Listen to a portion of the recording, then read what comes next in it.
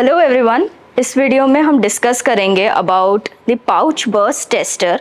इस particular equipment का purpose होता है कि हम किसी भी सैंपल जिसमें हेड स्पेस या फिर एयर बहुत कम होता है या फिर बिल्कुल ना के बराबर होता है, तो हम उसमें इंटरनल प्रेशर डाल के पॉजिटिव द एयर प्रेशर हम डालते हैं उसमें, और उसके बाद देखते हैं कि किस पॉइंट ऑफ प्लेस पर जाकर के हमें लीकेज मिलेगी। हमारे पास एक वैक्यूम लीक टेस्टर भी है जो कि ASTM D3078 पे कंप्लाई करके चलता है, जिसमें हम नेगेटिव प्रेशर अप्लाई करते हैं लेकिन सैंपल के अंदर उसमें एयर प्रेजेंट होता है, हेड स्पेस रहता है, तो वहाँ एक अलग वे है टेस्टिंग। कुछ सैंपल्स हमारे जो इस तरीके के होते हैं। अब जैसे ये हमारा एल्यूमिनियम का सैंपल है, अब आप इसमें देखिए एयर कितना टाइट पैक्ड है, इसमें बिल्कुल भी एयर नहीं है। तो अगर मैं इसको एक वैक्यूम लीक टेस्टर में डालूंगी भी, अगर मुझे पॉइंट ऑफ लीकेज चेक करना है कि जो मैंने इसको सील किया है इस सैंपल को पूरा, तो वो कैसे मुझे पता चलेगा। अपार्ट फ्रॉम दिस, जैसे ये सैंपल है,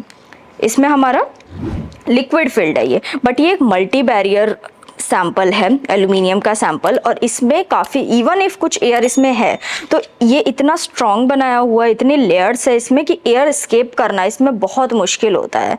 तो इसीलिए ऐसे केसेस के लिए स्टैंडर्ड हमारे पास है ASTM F2096, जिसमें हम पंक्चर करते हैं सैंपल को with the help of a puncturing tool. एक स्टैंडर्डाइज बनाना होता है और उसको हम सैंपल के अंदर पियर्स करते हैं, और जैसे वो पेनिट्रेट करेगा, वो जो नीडल है वो एयर प्रेशर से कनेक्टेड रहती है, और इसके बाद वो उसको इंटरनल प्रेशर प्रोवाइड करेगी और कुछ समय तक होल्ड करके रखेगी, एंड आपको पता चलेगा कि वो फूलता जाएगा जिस भी पॉइंट से लूज है हमारी सीलिंग, जिस पॉइंट से, तो वो उधर से ही हमारा बबल आने स्टार्ट हो जाते हैं। तो ये एक मेथड स्टैंडर्ड ने डिफाइन किया। This is not the randomly we are doing, as per ASTM standard हम ये चीज़ करते हैं। तो हम अभी एक टेस्टिंग भी परफॉर्म करके देखेंगे, एक प्री डिफाइंड प्रेशर अप्लाई करके होल्ड टाइम डाल के, कि किस तरीके से ये टेस्टिंग परफॉर्म की जाती है। So this is the pouch burst tester, the touch screen primer model. So ये है, हम यहाँ यूज़र प्रोफाइल पे जाते हैं। यहाँ हमें करना होता है सेटिंग कि कितना प्रेशर हमें अप्लाई करना है सैंपल के अंदर, तो वो हम यहाँ पे डाल सकते हैं। सो लेट्स से मैं अभी के लिए इस पे 10 PSI का प्रेशर लगाती हूँ, okay, which is close to -150 mmHg, okay.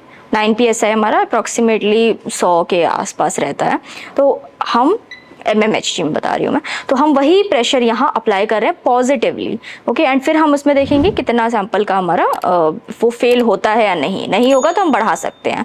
Ramp rate कितने रेट से वो बढ़ना चाहिए, दैट वी कैन सेट, और सेट टाइम कि कितनी देर के लिए, जैसे वो रीच कर जाए वो 10 PSI, वो होल्ड करके रखे। तो let's say for the testing purpose हम इसको 20 सेकेंड्स के लिए रखते हैं। स्टैंडर्ड्स में होता है 20, 60, 30, आपको कितनी देर के लिए रखना है वो आप यहाँ पे चूज़ कर सकते हो, ओके। इसके बाद आप टेस्ट प्रोडक्ट नेम जो भी आपको फीड करना है वो आप डाल सकते हो, एंड इसके बाद हम जाएंगे टेस्ट मोड में।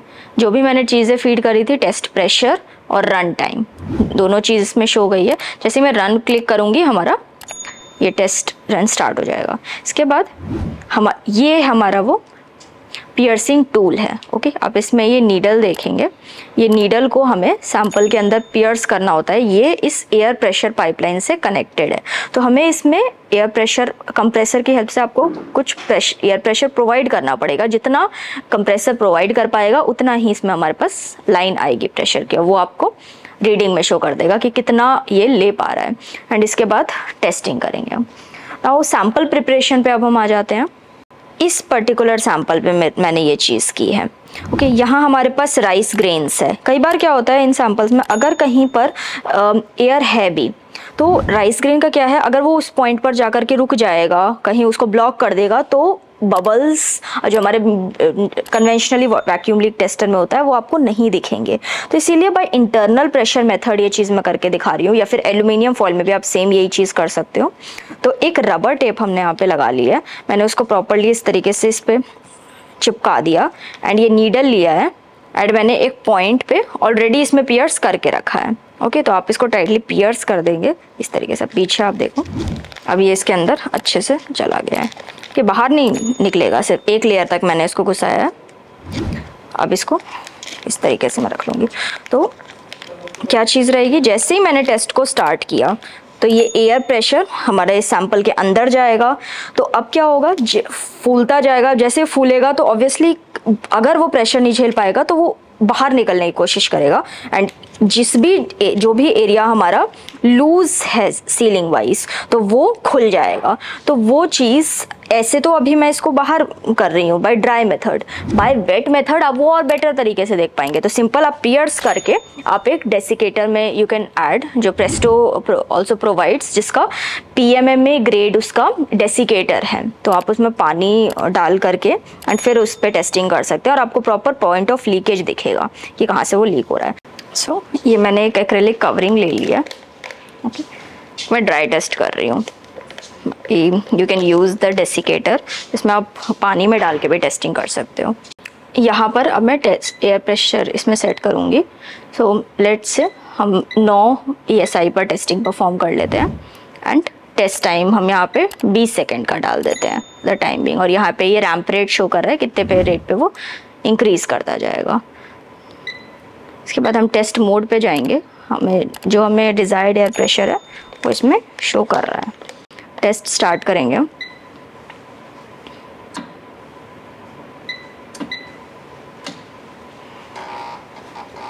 अगेन हमारा सैंपल